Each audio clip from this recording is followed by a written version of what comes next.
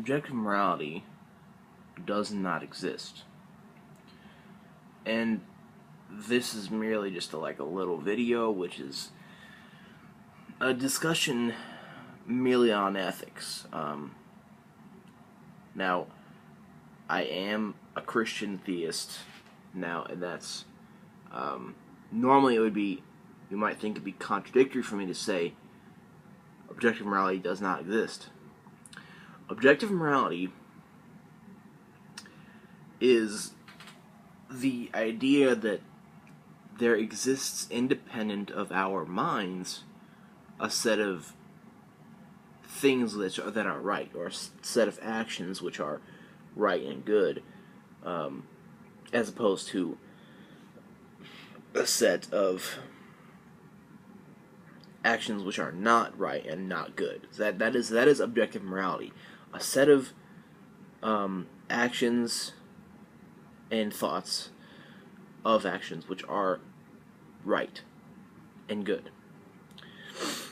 Now, these things are independent of our minds.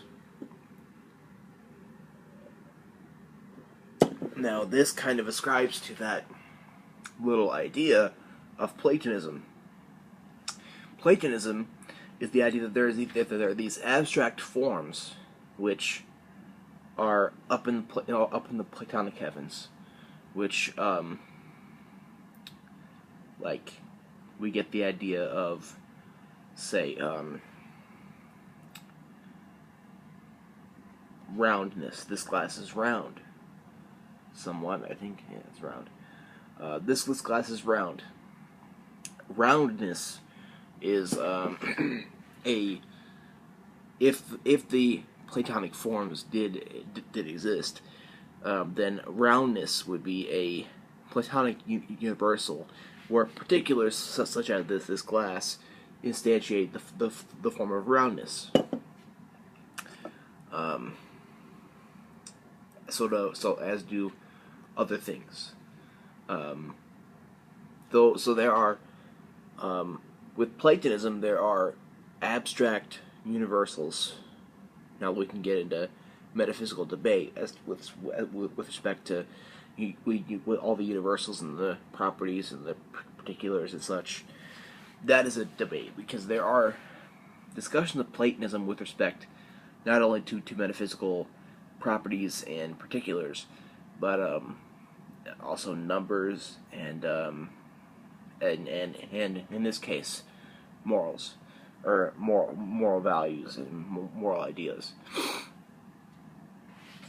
Objective morality is saying that in the Platonic heavens, independent of, well, it's not saying that specifically, but that's pretty much what it's saying by saying objective. That in these Platonist heavens, there are sets of moral actions which are correct, which are right and good, independent of our minds. No matter what we think or do, these objective morals are always going to be there, and on the things you do, you're either going to be morally right or morally wrong. Now, if anything like this would ever exist, it would be in the form of a common sense morality, which would not be objective. It would be independent on our minds. Now, so in my opinion, I don't think that there is any such thing as objective morality. Now, I used to think this. I used to think that there were objective moral values. How I thought that, I don't know. So I don't believe in this. I don't see how anybody could argue as to how there are these objective, abstract moral values somewhere up here or whatever. Now, this could be said that claim of mine conflicts with my belief in a Christian God. It conflicts with my Christian theism. It does not, because I do not think that there are objective moral. I don't think that there are objective moral values. However, I do think that there are sets of virtues that are lined out in the Bible, which give us things that we must be doing, or it gives us virtues, pretty much. The Bible lays out virtues, and it lays out a certain kind of practical reason with respect to these virtues.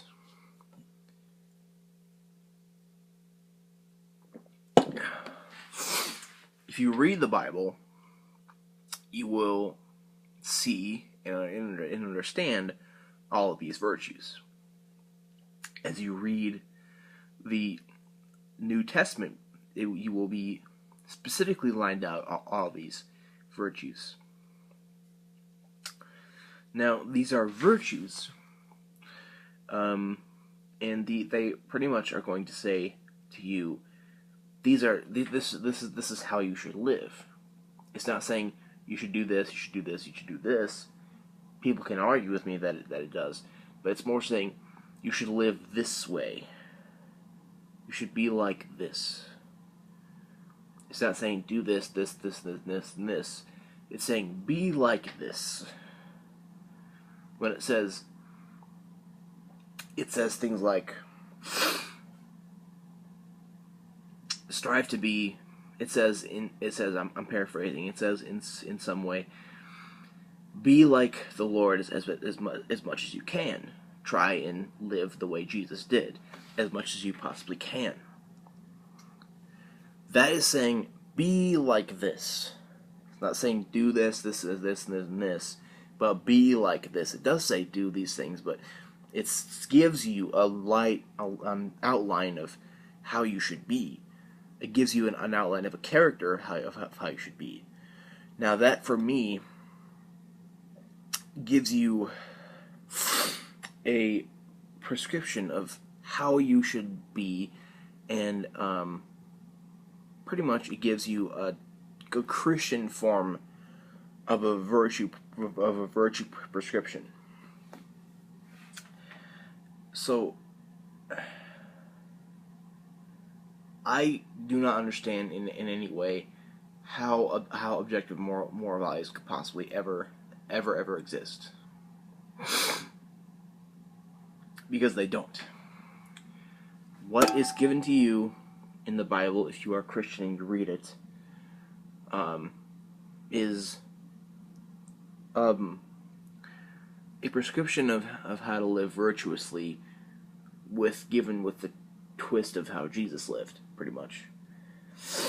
It doesn't, and pretty much it's saying that God has a certain way of of how He wants you to live. God has a way that, how He wants you to live your life, so that you can be closer to Him. So this could boil down to that argument as to whether virtue ethics is just a embellished version of moral obligations. But I don't see how we could go back to saying that these objective moral values exist.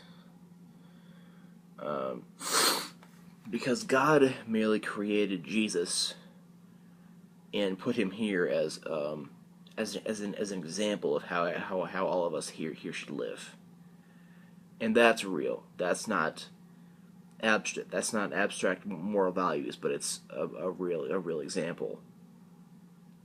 So I guess, in my opinion, objective moral values do not exist. And if you are an atheist, then there's no reason, there's no way that you could possibly think that objective moral values exist. There's no way you could, because there's no grounding of that. Now, in theism, there is grounding.